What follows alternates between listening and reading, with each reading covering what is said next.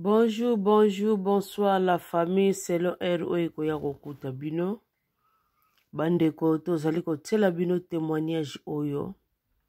Pona toujours komekana kotalisa bino.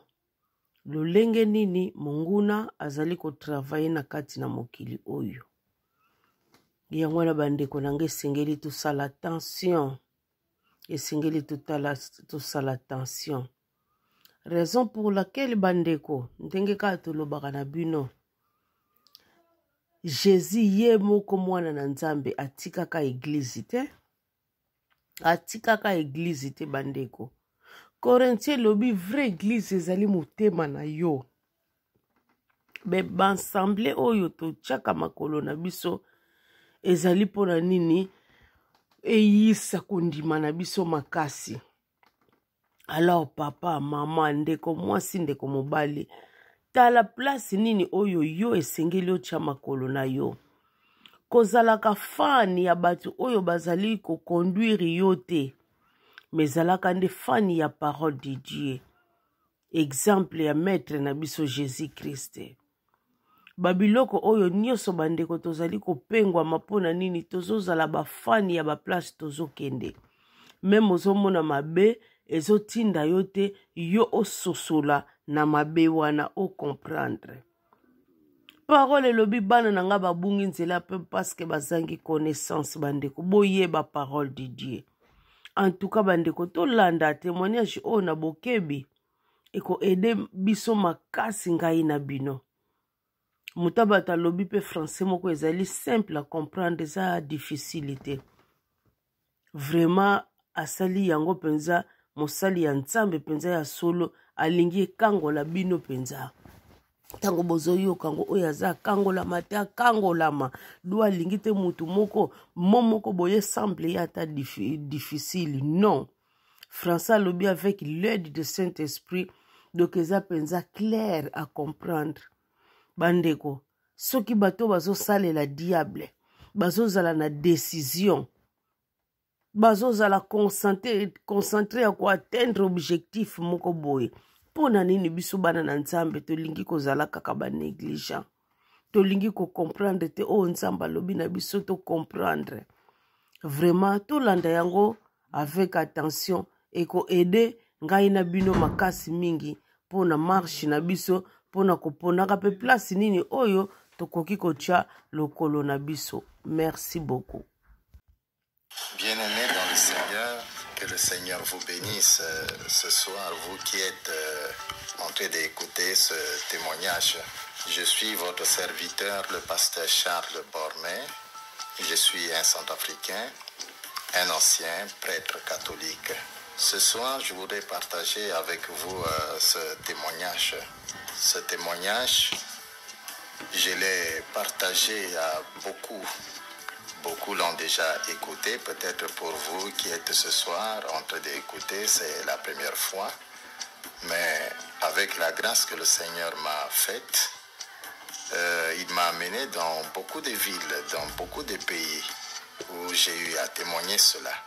Pour effectivement pour sa gloire. Ce n'est pas pour ma gloire, mais c'est pour sa propre gloire à lui. Et je bénis le Seigneur pour vous qui êtes ce soir en train d'écouter pour la première fois. D'autres, ce n'est pas pour la première fois, ils l'ont déjà écouté. Que le Seigneur vous bénisse abondamment. Alors, le thème de mon témoignage de ce soir, c'est « Passer du monde des ténèbres au royaume de Dieu ». Passer du monde des ténèbres au royaume de Dieu. Et je voudrais qu'on puisse lire d'abord ce passage avant que je puisse entrer dans le témoignage proprement dit. Nous sommes dans 1 Jean chapitre 5, le verset 20 à 21. 1 Jean chapitre 5, le verset 20 à 21. La Bible dit, « Nous savons aussi que le Fils de Dieu est venu et qu'il nous a donné l'intelligence pour connaître le véritable. Et nous sommes dans le véritable en son Fils Jésus-Christ. C'est lui qui est le Dieu véritable et la vie éternelle. Petits enfants, gardez-vous des idoles. Amen. Je voudrais dire ceci. Beaucoup de gens sont dans le christianisme, mais ils ne connaissent pas encore c'est quoi le christianisme. Voilà pourquoi leur vie ne peut pas changer, parce qu'ils ne connaissent pas exactement c'est quoi le christianisme dans lequel on les a pris et qu'on les a introduits dedans. Hier, tu étais païen et on t'a pris, on t'a introduit dans le christianisme. Mais comme tu ne sais pas c'est quoi le christianisme, voilà pourquoi ta vie reste toujours la même. C'est exactement comme ce qu'on peut parler de fétiches. Parce que beaucoup des Africains, beaucoup des Noirs aiment les fétiches. Mais les mêmes fétiches qu'on te donne, si tu ne connais pas les lois et les principes de ces fétiches-là, au lieu de te guérir, ça va te détruire, ça va te tuer. Et c'est la même chose aussi pour le christianisme. Lorsque vous ne connaissez pas quelles sont les lois et les principes du christianisme, lorsque vous ne connaissez pas cela, même si vous êtes dans ce christianisme, mais ce christianisme ne peut pas changer votre vie, ça ne peut pas vous bénir. Voilà pourquoi les gens sont dans le christianisme et leur vie ne change pas, parce qu'ils ne connaissent pas les principes et les lois qui régissent maintenant ce christianisme-là. Beaucoup de gens, comme la Bible dit que c'est le monde, c'est-à-dire les gens sont détruits. Mon peuple est détruit par manque de connaissances. Et les gens qui sont détruits par manque de connaissances, ce ne sont pas les païens. Parce que les païens, les gens qui font beaucoup de recherches, ce sont les païens.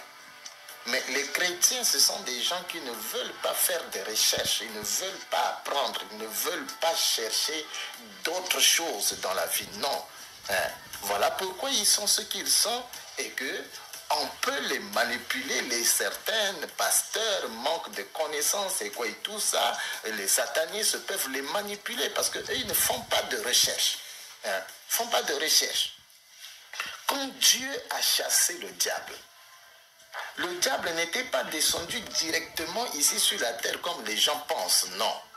Le diable était descendu, il s'est arrêté d'abord dans la planète Saturne. La planète Saturne, les scientifiques appellent ça le monde astral. Et les gens du monde appellent ça le deuxième monde. Donc le diable s'est arrêté d'abord là. Ce monde se trouve où? Ce monde se trouve après là où passent les avions. Après là où passent les avions. C'est là où se trouve ce monde-là. Alors le diable s'est arrêté là-bas. Il a mis son trône en place. Il a mis les 4 êtres vivants en place. Il a mis les 24 vieillards en place. Il a mis son gouvernement en place. Et le gouvernement du diable est composé de 72 dieux. 72 dieux. Donc ce n'est même pas tout ce que les gens disent sur la terre ici. Dieu qui est le Dieu d'Abraham, d'Isaac et de Jacob. Non. Même certains discours que tiennent nos présidents, qui disent que bon, que Dieu bénisse tel pays, que Dieu bénisse le Congo, que Dieu bénisse la Centrafrique, ce n'est pas nécessairement le Dieu d'Abraham, d'Isaac et de Jacob, non. Alors, comme le diable a mis maintenant, c'est-à-dire son gouvernement en place, c'est alors qu'il est descendu maintenant sur la terre. Mais la première fois que le diable a posé ses pieds ici sur la terre, c'est où? Ce n'est pas en Afrique, non. Ce n'est pas aux États-Unis, non. Ce n'est pas en Océanie, non. Ce n'est pas en Asie, non. C'est en Europe. Et précisément en Allemagne. En Allemagne. La première fois que le diable a posé ses pieds sur la terre, c'est en Europe et précisément en Allemagne. Mais à ce moment-là, il n'y avait pas de religion. Il n'y avait pas de christianisme. Les gens ne se rassemblaient pas pour prier, etc. Non, les gens ne se rassemblaient pas. Les gens vivaient une vie de désordre. Le diable est arrivé maintenant, c'est là où il a mis sa première religion sur la terre. Et la première religion qui a eu lieu ici sur la terre, ce n'est pas le christianisme, parce que la personne qui nous a amené le christianisme, c'est notre Seigneur Jésus-Christ de Nazareth. Mais à partir de ce moment-là, Jésus était encore avec son Père là-bas au ciel, au paradis là-bas. Donc, le diable, quand il est arrivé sur la terre, il a mis ses pieds pour la première fois en Europe et précisément en Allemagne. Il a comme regardé la terre, il a regardé les gens vivaient une vie de désordre et tout. C'est alors que le diable va mettre la première religion sur la terre. Et la première religion là, c'est quelle religion? C'est la franc-maçonnerie. C'est dans la franc-maçonnerie maintenant que les Illuminati sont sortis. La Rose-Croix est sortie, les frères de l'ordre est sorti, l'église catholique est sortie, ainsi de suite, ainsi de suite. Donc l'église catholique est sortie même de la franc-maçonnerie. Voilà pourquoi les grands magiciens au monde sont catholiques. Ce sont les petits magiciens qui peuvent se retrouver dans nos églises pentecôtistes, des réveils, etc. et tout ça. Mais les grands magiciens, ils sont catholiques parce que c'est ça leur religion. C'est ça leur religion. Et que tout prêtre est magicien. Tout prêtre est magicien. D'ailleurs, je peux dire même ici que l'ordination des prêtres auxquels les gens assistent à ça pendant la journée, ils dansent, ils fêtent et quoi et tout ça, ça c'est de la mascarade. La vraie ordination des prêtres, ça se passe 3 jours avant et pendant la nuit et devant le diable lui-même.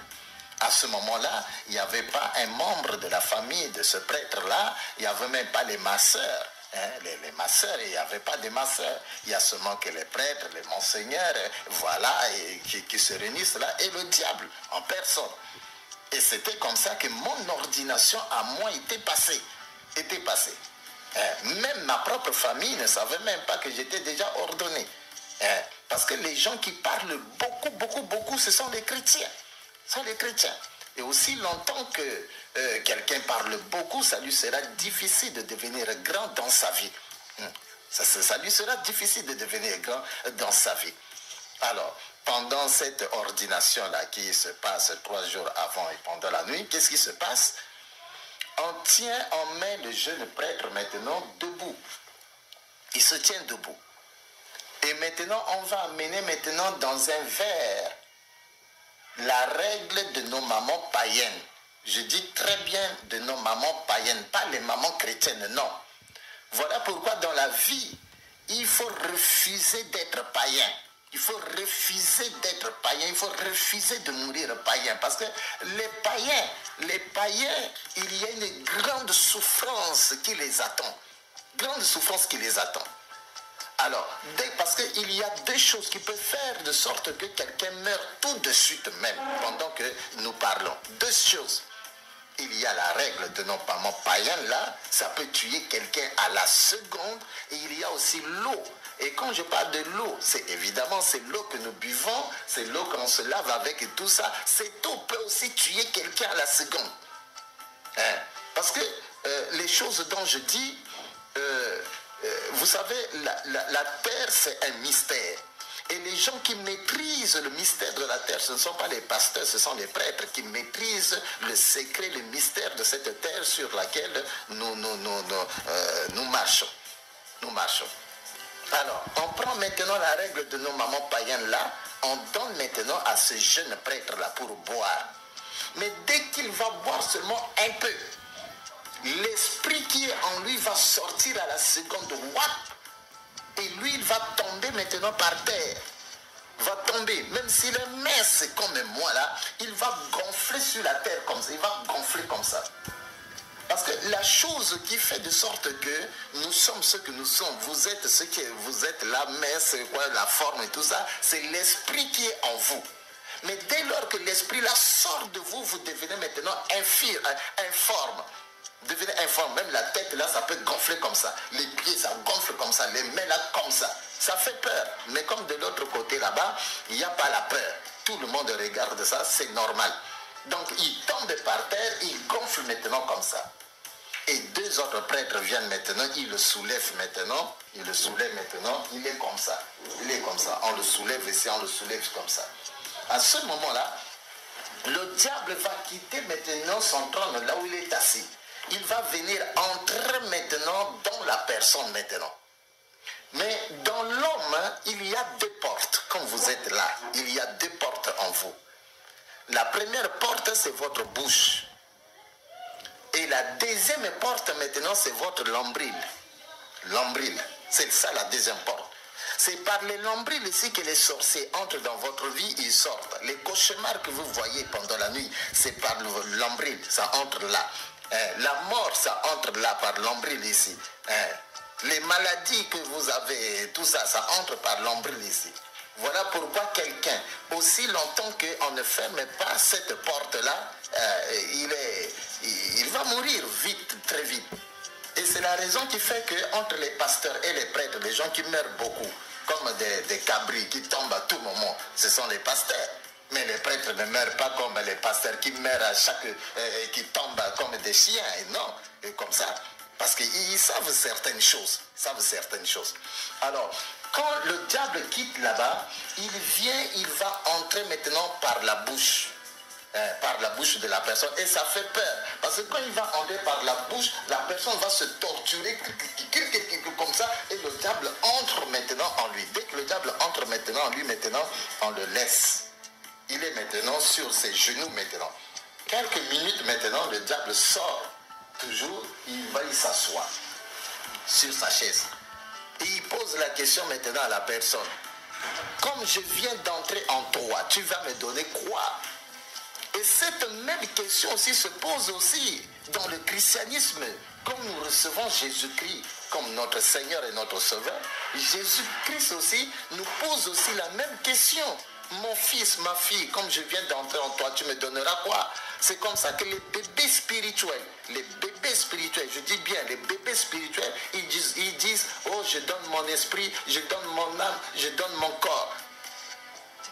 Mais pour le diable n'a pas besoin de l'esprit. Le diable n'a pas besoin du corps. Le diable n'a pas besoin de l'âme. Non, il n'a pas besoin de ça. Quand il te pose une question comme ça, le diable s'attend à une réponse palpable, quelque chose qu'on peut voir, qu'on peut toucher, qu'on peut toucher, voir et tout ça. Et c'était comme ça avec moi. Moi, Charles, quand le diable m'avait posé cette question, Charles, qu'est-ce que tu vas me donner? Je lui ai dit, je donne notre maison.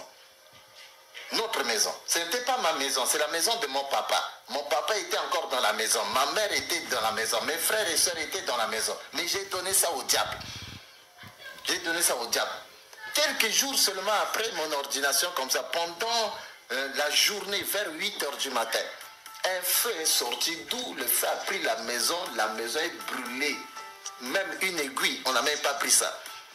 On n'a même pas pris ça. On m'a téléphoné à la paroisse, et Charles, la maison est brûlée ici. J'ai pris la voiture, je suis arrivé, j'ai fait semblant de pleurer. Mais je savais que c'était moi qui avais sacrifié la maison. Donc, quand le diable te pose une question pareille, qu'est-ce que tu vas me donner? Tu vas lui donner des choses palpables, quelque chose qu'on va voir. Qu'on va voir. Et après cela, on va maintenant donner à la personne maintenant des livres sataniques. Il y a le Liber 888, il y a le Liber 777, et il y a l'art puissant de la magie romaine, c'est un livre satanique. Dans ce livre-là, tout ce qui se passe ici sur la terre est déjà écrit par le diable depuis l'an 715, avant même Jésus-Christ, notre Seigneur Jésus-Christ. Donc tout, il n'y a pas d'hasard qui se passe ici sur la terre. Tout a été déjà écrit par le diable. Tout ce qui se passe, même l'arrivée des présidents sur la tête de nos nations, les accidents des avions, les éboulements, les catastrophes, tout ce qui se passe, tout a été déjà écrit par le diable déjà. Et tout était dans ce livre-là qu'on appelle l'art puissant de la magie romaine. À côté de ces livres-là, on va donner à la personne maintenant le miroir. Un miroir maintenant, un petit miroir qui va permettre aux prêtres sataniques maintenant de lire maintenant, de contrôler la volonté de toute sa famille. Contrôler la volonté de toute sa famille. Parce qu'au début, le prêtre ne tue pas. Il ne tue pas. Mais il va tuer par après. Mais au début, il ne tue pas. Au début, il donne seulement la bénédiction de sa famille et tout ça au diable.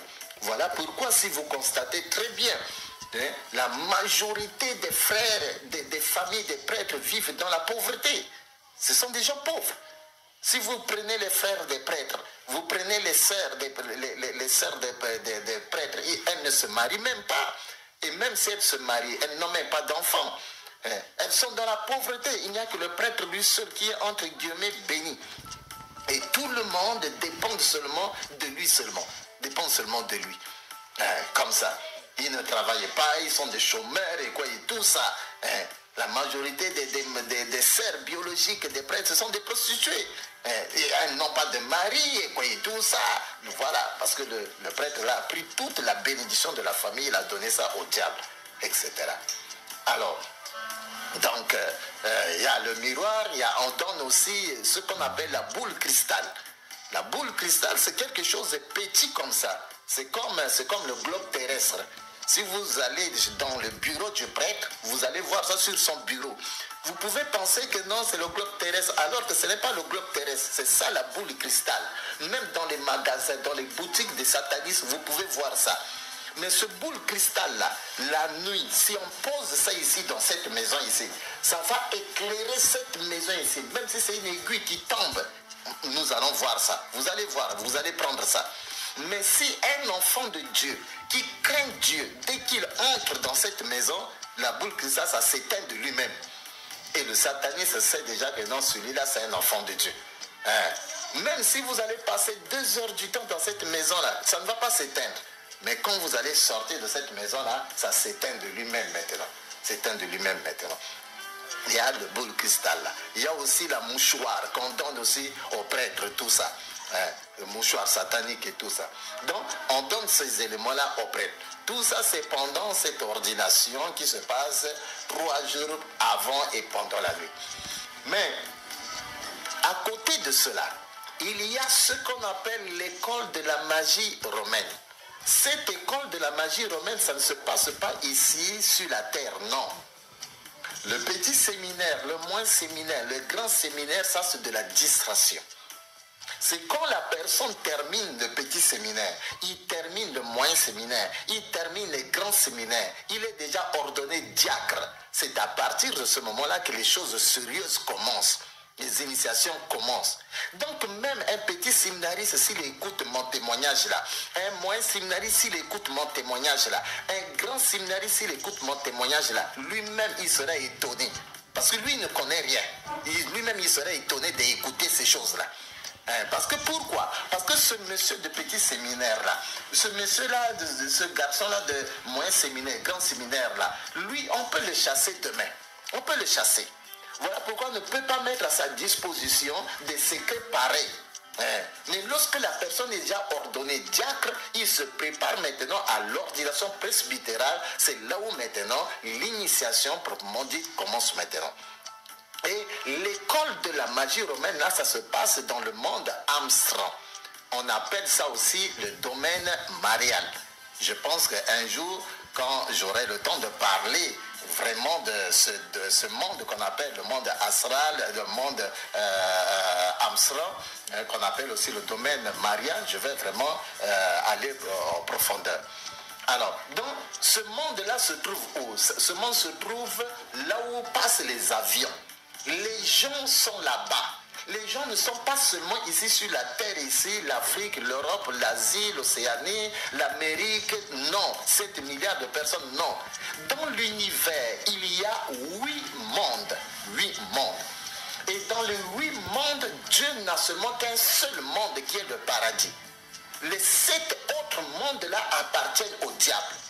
Notre Seigneur Jésus-Christ, Dieu, il a seulement un seul monde qui est le paradis. Les 7 autres mondes-là appartiennent seulement au diable. Et c'est le diable qui est le maître de ce monde-là. Donc le monde Amsterdam qu'on appelle le domaine marial, c'est le monde du diable. Un enfant de Dieu, un chrétien ne peut pas aller là-bas. Ne peut pas aller là-bas. Donc là-bas, il y a des gens qui vivent exactement comme nous vivons ici sur la terre. Qui vivent exactement comme nous vivons ici sur la terre. Là-bas, il n'y a pas de soleil, il n'y a pas la pluie, il n'y a pas la poussière. Les maisons qui se trouvent là-bas, ce ne sont pas les maisons construites avec la main de l'homme, non. Ce sont les maisons que le diable lui-même, il invente comme ça, comme ça. Il y a de belles routes là-bas. On n'a rien ici sur la terre ici. Non, il n'y a rien ici sur la terre. Donc c'est là-bas que ça se passe, l'école là de la magie romaine. Nous quittons ici sur la terre, à la paroisse, nous quittons à 7 heures. Pour aller là-bas, étudier là-bas, nous quittons là-bas à 12h30. Pour revenir ici à la paroisse, nous mangeons, nous faisons la sieste, 14h, nous quittons encore ici pour aller encore là-bas, étudier là-bas et nous quittons là-bas à 17h pour revenir ici. Et pour aller là-bas, il y a de ceux-là qui partent là-bas avec le corps et l'esprit. Donc vous arrivez à la paroisse, vous le cherchez, il n'est pas là. Il est déjà là-bas. Mais il y a de ceux-là qui partent là-bas avec l'esprit seulement. Ils laissent le corps à la paroisse. Donc vous arrivez, vous le trouvez, le corps est là. Les yeux ouverts, il regarde, mais il n'est pas là. Mais à ce moment-là, il ne faut pas le toucher. Il ne faut pas le toucher. Pourquoi? Parce que dès que vous le touchez comme ça, c'est fini. Quand il va retourner, il quitte là-bas pour retourner dans son corps, il ne va pas retourner. C'est-à-dire que la porte, la deuxième porte, c'est-à-dire qui est l'ombril ici, parce qu'il devrait retourner par cette porte, il doit entrer ici. Or, quand quelqu'un le touche comme ça, la porte est fermée. Il vient, il veut entrer, la porte est fermée, il commence à errer seulement dans l'espace. Circuler dans l'espace, dans 3 jours maintenant, il meurt. C'est comme ça qu'on dit que non, tel est mort sans maladie, tel est mort sans maladie. Mais en réalité, qu'est-ce qui s'était passé? La personne a essayé de sortir de son corps et quelqu'un d'autre est venu le toucher. Voilà pourquoi il est mort comme ça. Il est mort comme ça. Donc, il y a de cela, c'est comme nous sommes à l'église. Même si nous chantons les mêmes cantiques, même si nous disons toujours Alléluia, Amen, mais cependant, on n'a pas tous le même niveau de vie spirituelle. Il y a des bébés spirituels au milieu de nous à l'église, tout comme il y a des hommes et des femmes matures au milieu de nous à l'église. C'est la même chose comme ça. Et dans le domaine de la spiritualité, les gens qui ne veulent pas faire des efforts pour grandir, ce sont les chrétiens. Mais regardez un petit sorcier qui arrive aujourd'hui dans la sorcellerie. Dans 6 mois, il devient grand. Dans 3 mois, il devient grand sorcier. Dans 1 année, il devient un grand sorcier. Mais regardez le chrétien. Depuis qu'il est arrivé, et on l'a baptisé, il est là dans l'église, il a fait 10 ans, il avait 50 ans, il est toujours bébé. Il ne veut même pas grandir. Mais ce n'est pas la même chose de l'autre côté là-bas. Les enfants du diable font des efforts chaque jour pour grandir. Par contre, nous, les enfants du diable, on ne veut pas grandir. On ne veut pas grandir. Nous restons toujours des bébés. Et comme ça. Alors, donc, il y a de ceux-là qui partent avec l'esprit là-bas, ils laissent le corps ici. Et tout ça. Mais avant que vous alliez dans cette école pour commencer à apprendre les choses là-bas, apprendre l'école de la magie romaine, vous devez d'abord faire une alliance avec le diable. Parce que vous ne pouvez pas marcher avec quelqu'un si vous n'avez pas encore fait une alliance avec lui. Et c'est la même chose dans le christianisme. Tu ne peux pas marcher avec Jésus-Christ sans que tu ne puisses pas faire une alliance d'abord avec lui. Ça ne marchera pas. Si tu veux marcher avec quelqu'un, fais d'abord une alliance avec lui. C'est là que vous allez marcher maintenant ensemble. Alors, maintenant, je devrais maintenant aller dans cette école-là. Mais on me dit, Charles, tu dois d'abord faire une alliance avec le diable. Bon, le diable, je dis le diable à cause de vous. Parce que de l'autre côté là-bas, on ne l'appelle pas diable. On ne l'appelle pas Satan. On ne l'appelle pas Lucifer. On l'appelle grand maître. C'est ça son nom. On l'appelle grand maître. On me dit, Charles, tu dois d'abord faire une alliance avec les grands maîtres. Comme ça, tu vas maintenant commencer à aller dans cette école-là, là-bas. Et le prêtre blanc à la paroisse, il me dit, Charles, prépare-toi. C'est aujourd'hui le jour où tu dois aller faire ton alliance avec le grand maître. Et il est venu dans ma chambre, il m'a annoncé cela, il est parti. Quelques minutes, il est revenu. Il me pose la question, est-ce que tu es déjà prêt? Je dis oui, je suis prêt. Il me dit, bon, allons-y. C'était pour moi la première fois de faire cette expérience. Pendant qu'il marchait dans le couloir et que j'étais derrière lui, en faisant seulement quelques pas derrière lui, on se retrouvait directement là-bas, dans le monde abstrait là. En faisant seulement quelques pas derrière lui comme ça, on s'est retrouvés, et lui et moi, on s'est retrouvés là-bas, dans le monde abstrait. Mais on s'est retrouvés dans une grande salle. C'est une salle qui peut prendre même 5000 personnes. il y a des hommes, il y a des femmes, des grandes personnes. Il y a des blancs, il y a des noirs, il y a des jaunes, il y a toutes sortes de personnes. Des Chinois, des Japonais, des Noirs, des Français, toutes sortes de personnes. Si c'est beaucoup, c'est 5000 personnes. Ils étaient assis dans une grande salle. On n'a pas de salle ici sur la terre. On n'a pas de salle. Et les fauteuils que les gens là s'asseyaient dessus, ce n'étaient pas des chaises en plastique là que nous avons ici sur la terre. Non, ce sont des beaux fauteuils. C'est comme les fauteuils des ministres là. Des ministres là. Des beaux salles. Il n'y a pas des haut-parleurs. Non, non, il n'y a pas ça. Alors, maintenant, on s'est retrouvés là.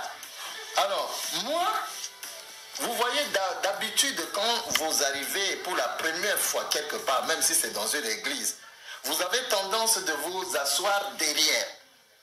Alors moi, je voudrais m'asseoir derrière. Le prêtre blanc me dit, non, Charles, ta place n'est pas ici. Ta place, c'est devant là-bas. Et le prêtre blanc, il m'a fait dépasser tous les gens et nous sommes arrivés devant. Mais tous ces gens-là étaient là en train de me regarder. Ils ne regardaient pas le prêtre blanc, non. Mais ils me regardaient seulement. Quand nous sommes arrivés devant, il me dit, attends à ce niveau. Mais de là où j'étais debout, je me suis arrêté, je pouvais voir un peu devant là-bas une table, une grande table. Sur la table, il y a un grand livre. Et j'ai vu 3 stylos, 3 bics. Bic bleu, bic rouge, bic noir. Je pouvais voir ça sur la table là-bas. Et à côté de cette grande table, j'ai vu un trône, une grande chaise en or qui brillait. Et j'ai vu un jeune homme. Ce jeune homme pouvait avoir moins de 11 ans. Moins de 11 ans. Il était assis, mais les yeux de ce jeune homme-là, de cet enfant, c'est comme les yeux de chat. Le chat domestique là. Ses yeux brillaient comme les yeux de chat comme ça. Il me regardait. Alors, le prêtre blanc, il me dit, Charles, va là-bas. Tu vas faire ton alliance là-bas. Tu vas signer dans le livre là. Je suis allé, j'ai regardé le petit là, parce que je ne savais pas que c'était lui le grand maître. Il ne s'est pas présenté à moi. Je l'ai regardé, il m'a regardé, il ne dit rien. Alors je me suis avancé, j'ai pris le bic bleu, j'ai ouvert le livre. Je voudrais signer, le petit l'a refusé. J'ai déposé. J'ai pris le bic rouge, je voudrais signer, il a refusé. Je dépose. J'ai pris le bic noir, je voudrais signer, il a refusé. Je dépose. Alors là, je me suis énervé. J'ai commencé maintenant à engueuler maintenant l'enfant là. J'ai commencé à dire, mais toi là, ça c'est quelle bêtise que tu es en train de faire comme ça. On me dit de venir signer et je voudrais signer, tu refuses. Pourquoi tu fais des bêtises comme ça? Mais pendant que je disais ça, lui il me regardait, il ne disait rien. Mais le prêtre blanc qui m'a amené, quand il a vu que j'étais en train de parler comme ça à ce petit là, il a couru vite. Il m'a dit, Charles, viens ici. Quand je suis venu vers lui, il me dit, qu'est-ce que tu es en train de dire là-bas? J'ai dit, mais le petit là, il a exagéré. Je voulais signer, il refuse. C'est comme ça que je suis en train de lui blaguer. Alors le prêtre blanc me dit, Charles, ce n'est pas un petit, c'est lui le grand maître. C'est lui le grand maître, c'est lui que les gens de la terre là-bas appellent le diable, Satan, Lucifer, c'est lui. Tu vois tous ces gens qui sont assis ici là? J'ai dit oui. Il me dit, ces gens-là sont venus pour assister à ton alliance. Ils sont venus à cause de toi. Et tous ces gens qui sont assis ici là, leur vie dépend seulement de ce grand maître là que tu vois là. Même ta vie à toi, Charles, dépend de lui. Quand j'ai écouté ça, j'ai commencé à trembler de peur. Je voyais déjà la mort déjà. Je me disais, est-ce que là, qu'est-ce qu'il va décider de moi? Est-ce que je vais mourir ici? Ou bien comment? Donc je tremblais. Je tremblais. Mais si déjà pour le diable, je pouvais trembler, à plus forte raison Dieu. Il y a des chrétiens qui ne tremblent même, alors que les satanistes tremblent même devant le diable. Ils tremblent même devant le diable. C'est l'obéissance absolue. Mais chez nous, nous voulons prendre Dieu comme notre oncle, notre frère. On ne tremble même pas, on n'a même pas la crainte de lui, rien du tout comme ça. Alors, le prêtre blanc me dit, bon, Charles, comme ça, bon, attends toujours là. Hein. Si on t'appelle encore là, va là-bas. Mais tu vas voir là-bas une lame rasoir. Prends la lame rasoir. Tu vas te blesser ici. Vous voyez ça? Tu vas te blesser ici. Tu vas te blesser ici. Tu vas te blesser ici. Alors, le sang qui va couler, c'est ce sang-là que tu vas prendre maintenant pour signer maintenant avec. Pour signer maintenant avec. On ne signe pas avec les bics là. Non, tu as fait une erreur. On signe avec le sang. Donc, il y a une lame rasoir là-bas. Tu vas voir ça. Prends la lame rasoir, tu vas te couper ici maintenant. Hein, et puis, le sang qui va couler, tu prends le sang là, tu vas signer maintenant. Quand il a dit ça, il est reparti pour s'asseoir. Je suis resté debout. Ça n'a même pas fait quelques secondes là, j'écoute encore, on m'appelle. On me dit, Charles, vas-y. Alors là, je suis allé en tremblant, parce que je savais maintenant qui est le petit là. C'était le grand maître. Donc je tremblais. Je suis allé, je l'ai regardé, il m'a regardé, il ne dit rien. J'ai vu la lame rasoir, j'ai pris la lame rasoir, j'ai coupé ici. Le sang a commencé à couler, j'ai pris le sang avec ma main, j'ai signé maintenant dans le livre. Quand j'ai terminé de signer, il s'est mis debout. Le grand maître s'est mis debout. Je suis venu vers lui. Il m'a salué. Il m'a dit, bienvenue mon fils. Tu es très courageux. J'aime des gens comme toi. Vous écoutez ce qu'il a dit? Il m'a appelé son fils. Tu es très courageux. J'aime des gens comme toi. C'est cette même question-là que je peux poser aux chrétiens aujourd'hui. Est-ce que Dieu peut témoigner de toi que tu es vraiment son fils? Est-ce que Dieu peut témoigner de toi que tu es vraiment sa fille? Est-ce que Dieu peut témoigner de toi que tu es très courageux ou très courageuse? Je ne pense pas. Il y a des gens qui sont dans l'église des paresseux, des négligents. Des négligents, des paresseux. Alors que la Bible dit que le royaume de Dieu appartient aux violents. Aux violents. Le royaume de Dieu n'appartient pas aux paresseux, des gens qui sont ni froids ni chauds. Non. La Bible d'ailleurs dit quoi? Que si tu es ni froid ni chaud là, on va te vomir. On va te vomir. On va te vomir. Donc pour que tu entres dans le royaume de Dieu, il faut que tu sois violent. Tu sois courageux. Tu sois courageux. C'est le courage qui manque à beaucoup de chrétiens. Le courage nous manque beaucoup. Est-ce que Dieu peut témoigner de nous que vraiment nous sommes ses fils, nous sommes ses filles, nous sommes courageux? Mais le diable a témoigné de ça de moi. Ce n'est pas moi qui ai dit au diable, au grand maître que je suis son fils ou bien que je suis courageux. Non, c'est lui-même. C'est lui-même. C'est comme Dieu dans la Bible a témoigné de Job devant Satan, devant le diable. Que Job c'est mon fils, il est intègre devant moi. Ça c'est Dieu qui témoigne d'un homme comme Job comme ça. Mais est-ce que Dieu peut témoigner de bonnes choses de nous? Alors, quand il a dit ça, on m'a pris, on m'a amené, on m'a monté une autre chaise. Je ne suis pas assis dans les mêmes rangées de ces gens-là qui étaient venus assister à mon alliance. On a aménagé une autre chaise là pour moi. Et je me suis assis sur la chaise. Quand je me suis assis sur la chaise maintenant, on a dit on va maintenant louer. Dans la louange, on va louer. Mais cette louange-là, chez le diable, il n'y a pas de choristes. Comme chez nous dans nos églises ici, où il y a des choristes. Non, il n'y a pas de choristes.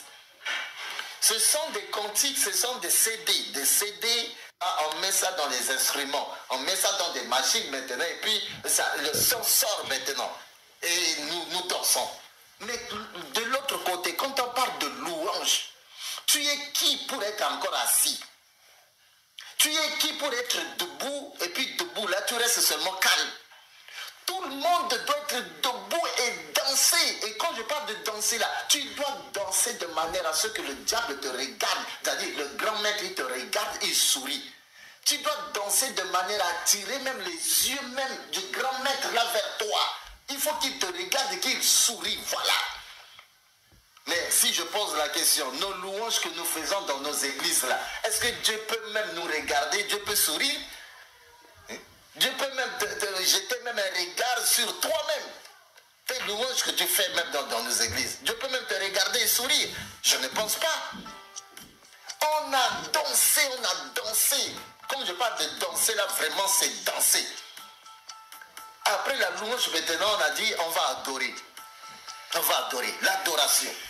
Mais tu es qui pour être encore assis? Ou bien tu es qui pour être debout? Tout le monde à genoux. Tout le monde à genoux, c'est seulement lui, le diable, le grand maître, qui doit être toujours assis dans son trône. Ici, même si tu as déjà 100 ans, même si tu as quel âge là, tout le monde à genoux, à genoux. Et nous devons adorer le diable, le grand maître. Mais regardez avec nous les chrétiens ici, dans nos églises ici. Pendant qu'on parle de l'adoration, il y a de ceux-là qui sont encore assis sur la chaise. Il y a d'autres qui sont encore, qui se mettent debout, ils sont debout comme ça. Mais je me pose la question. Il y a des gens qui s'habillent de la tête jusqu'au pied là à 30 000 francs beaux. 30 000 francs beaux. C'est-à-dire si on prend le montant, on prend la valeur de la chemise, du pantalon, ceinture, chaussures, chaussettes là, tout ça là, ça fait 30 000. Mais avec 30 000, il est incapable de se prosterner avec ça, devant Dieu. Mais le jour où Dieu va le bénir, qu'il aura maintenant 1 million et qu'il va s'habiller maintenant à 100 $, à 300 000, est-ce qu'il pourra vraiment se prosterner avec ça? Je ne pense pas. Je ne pense pas.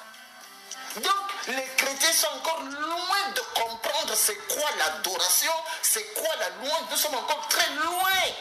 On n'adore pas Dieu. Mais de l'autre côté, là-bas, les enfants du diable savent ce que c'est la louange. Quand il s'agit de louange, là, tout le monde la danse pour le diable. Et chacun doit danser de manière à tirer même les yeux du diable, là, du grand maître, là, vers lui. Quand il s'agit de l'adoration, tout le monde à genoux, en train d'adorer le grand maître. Après l'adoration, on a dit, on va maintenant entrer dans la fête proprement dite. Nous allons manger et